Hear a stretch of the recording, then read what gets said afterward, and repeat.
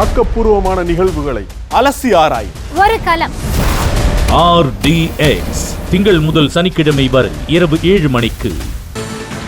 தான் மதிமுகவிலிருந்து விடுதலை பெறவில்லை என்றும் மகன் திமுகவிலிருந்து தான் விடுதலை பெற்றிருப்பதாகவும் மல்லை சத்யா தெரிவித்தார். மதிமுகவிலிருந்து நீக்கப்பட்டதற்காக இனிப்பு வழங்கி கொண்டாடிய மல்லை சத்யா ஒழுங்கு நடவடிக்கை குழு மூலம் நடவடிக்கை எடுக்கப்பட்டதாக வைகோ கூறியதை மறுத்து மதிமுகவில் அப்படி ஒரு குழுவே இல்லை என்று தெரிவித்தார்.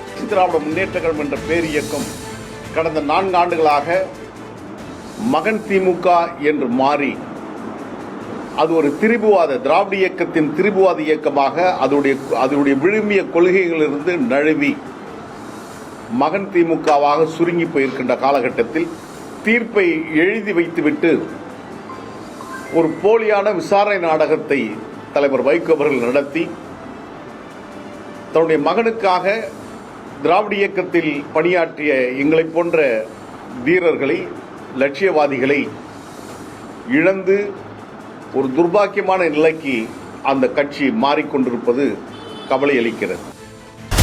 ஆக்கப்பூர்வமான நிகழ்வுகளை அலசி ஆராய் ஒரு களம். RDX திங்கள் முதல் சனிக்கிழமை வரை இரவு 7 மணிக்கு.